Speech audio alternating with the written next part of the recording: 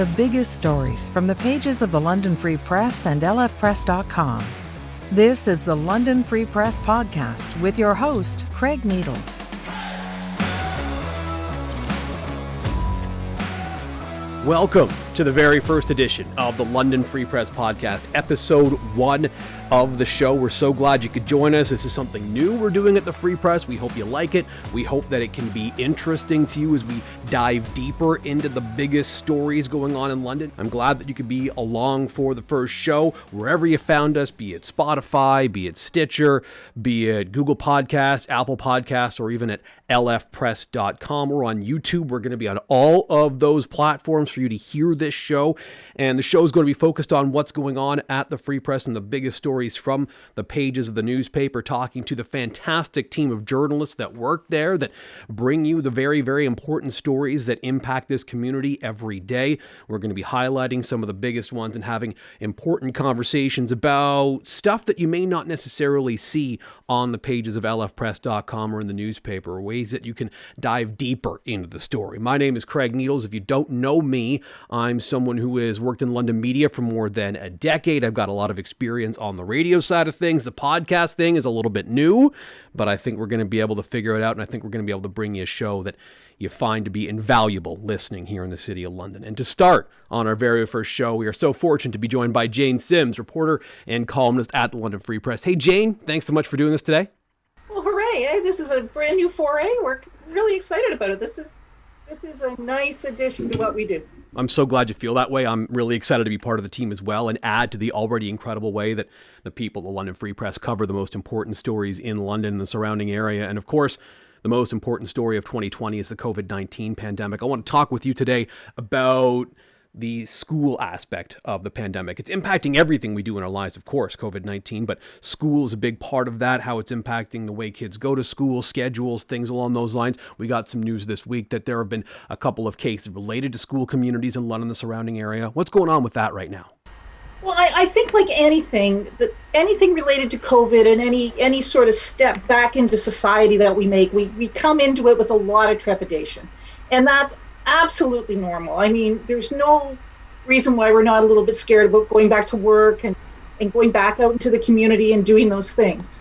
However, I will say this. I think that there was an enormous amount of work done on the part of the major school boards here in the London region. And I'm really applauding the teachers and the students and the administration because they are adapting. So if we look at it, the way I've always looked at it, and they're in the business of getting kids educated, and they're going to do that the best way they can. They never said once that there wasn't going to be cases, but they were going to go after this in a way to mitigate as much risk as possible. And I think what we have seen is something very successful. My heart goes out to those who have been diagnosed and who have tested positive. But if we look at the big picture of it, we haven't seen that much infection in the schools compared to Toronto or Ottawa or places where there are heavy doses of COVID right now. Around here, I think and I hope that we're adjusting and we're figuring it out. It's not normal, but we're figuring it out. Now, we've seen it in a couple of high schools. We've seen it at Banting now and at Saunders, and there was an early case at Beale. There's been a couple of elementary schools that have been impacted by this. But we're watching these cases move through, and there's only been one case, I believe Dr. Mackey said, that is actually connected to someone picking up the virus at school. It's people who've gotten the virus outside of school. So I think that the school board should be commended for what they're doing.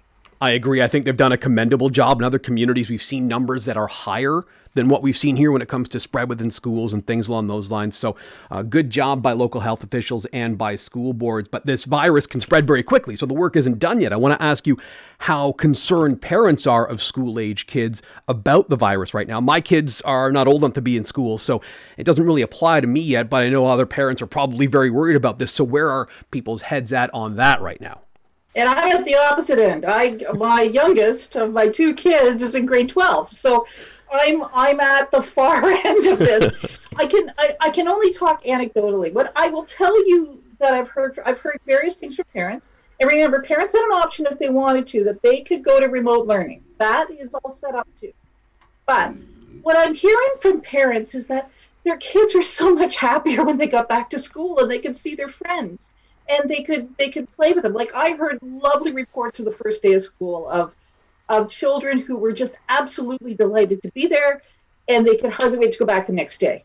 And that tells you what the isolation and the, I don't want to say lockdown, but certainly the adjustments that we've made have done with kids. And they're just happy to see their friends. Also, I think we need to give credit where credit's due, especially to those elementary school kids, because what I'm hearing is that, they're wearing their masks, right? And they have a clear understanding of what's going on. And, the teachers, I'm sure there are moments, because there always is with classes, and large classes and little kids and everything else. But for the most part, they've made the adjustment. High school, I would say, is a little bit of a different story in this sense. I know for my daughter, like I said, she's in her last year of high school. She is doing the quadmester system that the Thames Valley Board is doing. So that means that you do 2 courses at a time. One week, one the other, half online, half not. They're making an adjustment for the second quad. And in the second quad, what they're going to do is they're going to go one day on, one day off, instead of uploading cohort A at the beginning and cohort B at the end of the week. Okay. For my daughter, it's been a little weird because she has English and a spare. So she could go to school for 3 days, and then she's off for a week and a half, which is okay. The one thing that I would say, though, is it probably does depend a little bit on the kid and what they're like, because that seems like something that would make it very, very difficult to get into a set schedule and a set routine, right? Right. And I think the experience of the school board is that the cohort B kids felt like they were falling behind because they were later in the week. So they're going to go to a 1 day on, 1 day off. The Catholic board what they've done is they've done octomesters where you do 1 course. So you do 1 course every day, half in class, half out. Those kids just finish, and so they've already got 1 credit in. The other part of it is there's no exams.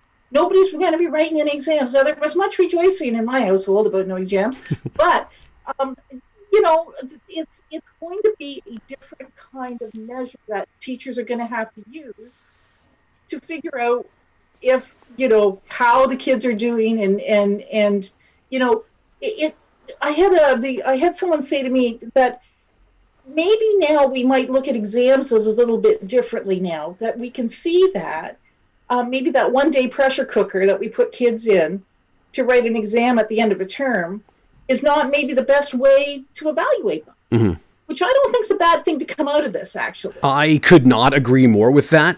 Everyone has different learning styles, of course, and for some people it's incredibly stressful to say everything comes down to this particular test on this particular date. Not necessarily for me when I was in school, because I didn't really care how well I did, but for some students. And I think that stress is not conducive to the learning environment and to keeping that information with you after you're done high school. Would you agree with that? Well, and also we've already figured out that like you said, there are kids that don't learn the same way. Some kids don't test well. Yeah. They just don't, but they're really good at other things.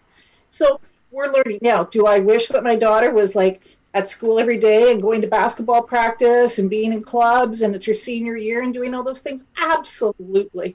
And like all those things that make school fun, we've lost them right now.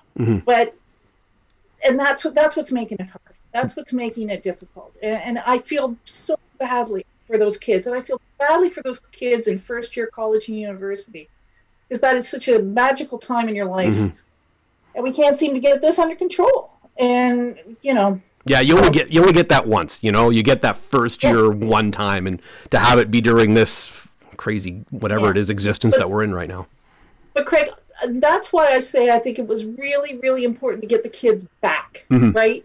I mean, we're not dealing with the dumpster fire that is the United States right now, where the cases like what Iowa's up to 30% positivity rate, something crazy like that, right? We're dealing here with a situation, particularly in southwestern Ontario. I mean, we're not out of the woods, we're far from it, but we're figuring out a way to control it, and we needed to get that going. And we need, I think I wrote this in the column, I'm willing to do anything. We can lock down everything else, but don't lock down the schools. Let's keep these kids going because they really need this right now. I've talked to several doctors who have said from a public health perspective that keeping kids out of school might actually be more harmful than having them go to school in the midst of the pandemic, just because it's so important for them, for their mental health, for their development, for their growth. It's something you can't really replicate anywhere else. So right, and also your brains are only your brains are forming, right? Like this is I always remember a grade 1 teacher saying to me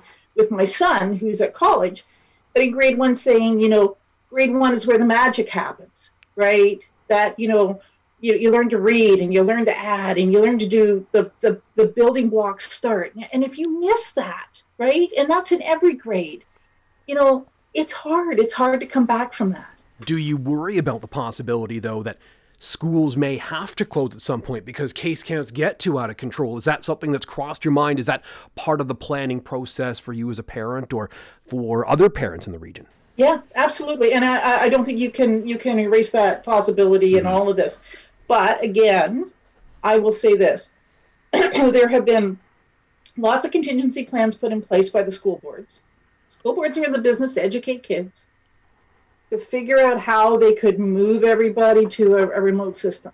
And you got to put a bit of trust in that, I think. I think you got to sort of say, okay, yeah, all right. If it has to happen, which we hope it doesn't, but if it has to happen, we've really learned how to roll with the punches here, right? But you cannot eliminate the idea, given the craftiness of this virus, given how contagious that it is, given what it can do. You can't eliminate that possibility. That's true. It's something we need to consider. Like you said, it's a dangerous virus, of course, and it spreads very quickly. That's what makes it so dangerous. I want to ask you about Western University and something you wrote in the Free Press and at lfpress.com in regards to perhaps too much finger pointing going on in the direction of Western students, because there really isn't a lot that we know when it comes to how some of them got it. And I'm not saying we should know those things, but it's not as though we know for sure they got it at parties, they got it at bars and things along those lines. Do you think there's been too much finger pointing at post-secondary students, not just here in London, but around the province? I think at the beginning of September, I was with the crowd of, oh my gosh, can you not figure this out, right? Mm-hmm. And, university and college students are going to do what they're going to do. Let's be clear, right? They weren't being safe. And they certainly showed that in that first week. They showed it completely by, running down to Richmond Row and packing the bars and packing the patios and I'm an old woman now. I've lost that sense of who cares? I might get sick or I might not, right? Mm-hmm. So, but I will say this: if we look at the FOCO experience, they figured it out, right? Mm-hmm. They figured it out for the most part. That thing got shut down. That got shut down without all of them having to go home. Because if you remember St. Patrick's Day, that was the first weekend when things were really bad, right? That was the first COVID shutdown weekend. And it was a ghost town. It was a ghost town down on Richmond Row, right? Yep. Okay. FOCO, they did the same thing, okay? So now we are what? We're what? A month and a half in? We're seeing some cases in residences. And yeah, I was in residence. Yeah, I get it. You still feel invincible and there's going to be parties. But the disease is in the community, okay? It isn't a sense of, all these kids from Toronto and Ottawa and everything else came to London and brought it here, right? I think that's what the sense was that I felt. It's like, I was really angry about that, right? The disease is here. The disease spreads. There are going to be cases. And certainly there are going to be cases in communal living like you see in residence. And honestly, given the activity that goes on, the cases that have happened at London Hall, okay, they've been contact traced. They've got people in quarantine. We haven't heard any more this week. Mind you, you never know. As soon as I say that, we're going to have a big outbreak. What I'm going to do, I'm going to knock wood right now and say that hopefully we don't have any more outbreaks, anything like what we saw with some other universities, especially some of the ones in the United States where there have been football teams that have had half the roster come down with COVID-19, and they're not playing because of that and postponed games. We don't have university sports going on here in Canada right now, but it's still a credit to all of us, our health officials, I think, and people in this country that we haven't had difficult situations like that one. So we'll take that as a win, I would say, and a credit to everybody involved. Yeah, absolutely. I think so too. And also, I was going to say something too about the fact that, communal living, right? We were talking about communal living situations.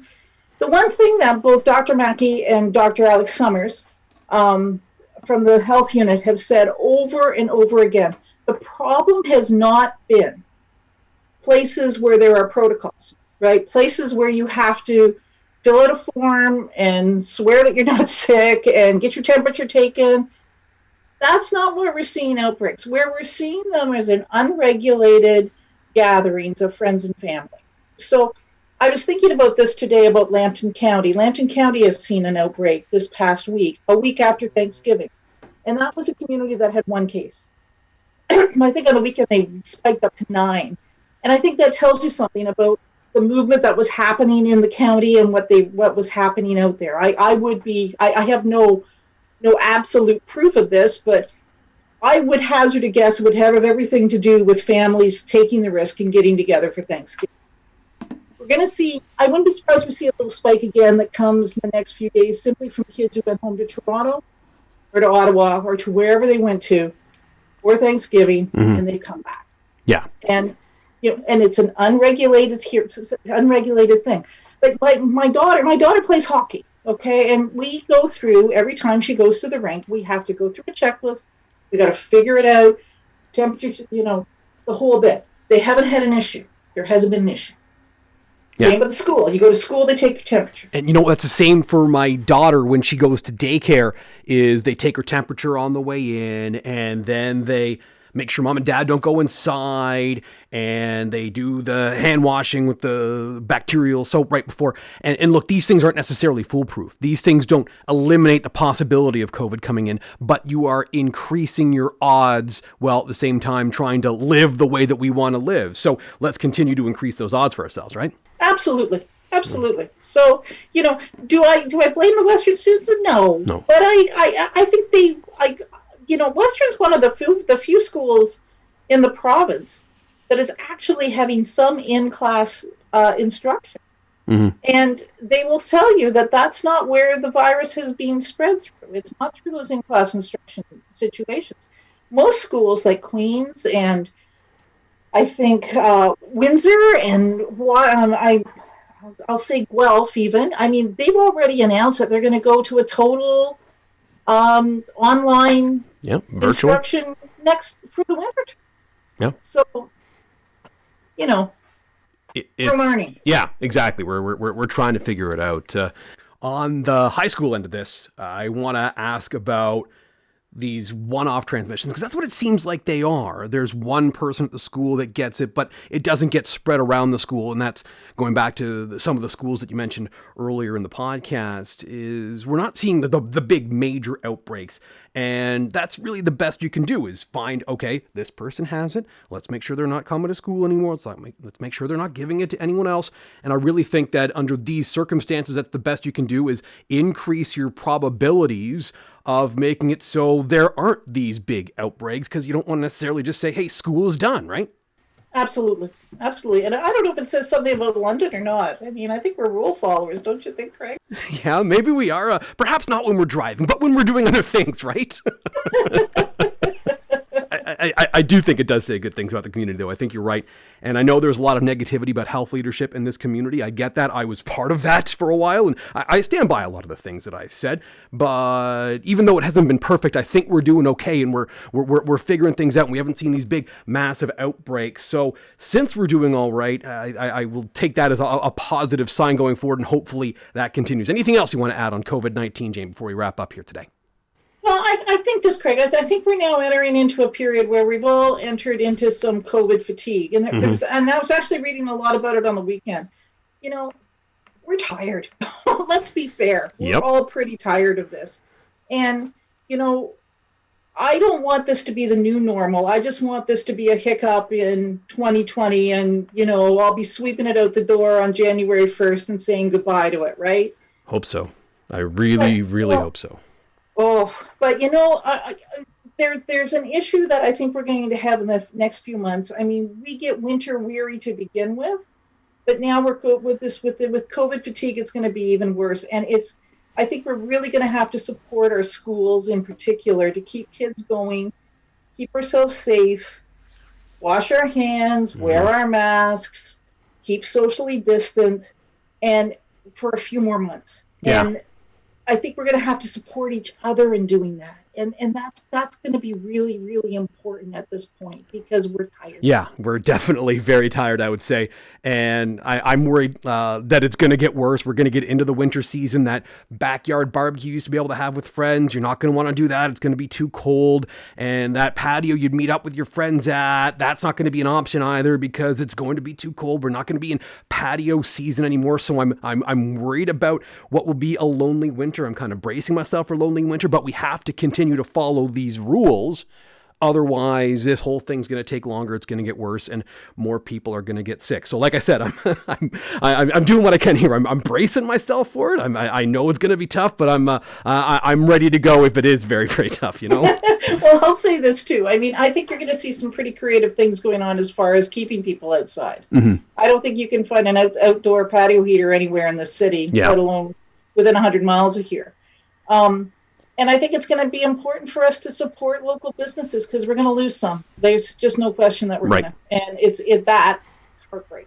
It definitely is heartbreaking. And this may be a whole nother topic for a whole nother podcast. But this is a situation where I know that there's the multinational companies that ship everything right to your door and it's easy and it's convenient, but that shop down the street, they need your business more. Those multinational companies are raking it in during this, but that shop that doesn't have the robust shipping probably could use your help a heck of a lot more than those big time companies, I think is very fair to say. And that's one way to keep business open. Plus, when you go shopping at those places, they've all got the safety rules and regulations and everything in place. They've got the shields and the plexiglass barriers for the cashiers. Of masking, of course, is part of it. Hand sanitizer on your way in. Social distance shopping. So there's ways to do that make it safe. Like I said, this is a whole thing for another podcast. But try to shop locally at those places because that's definitely a big help.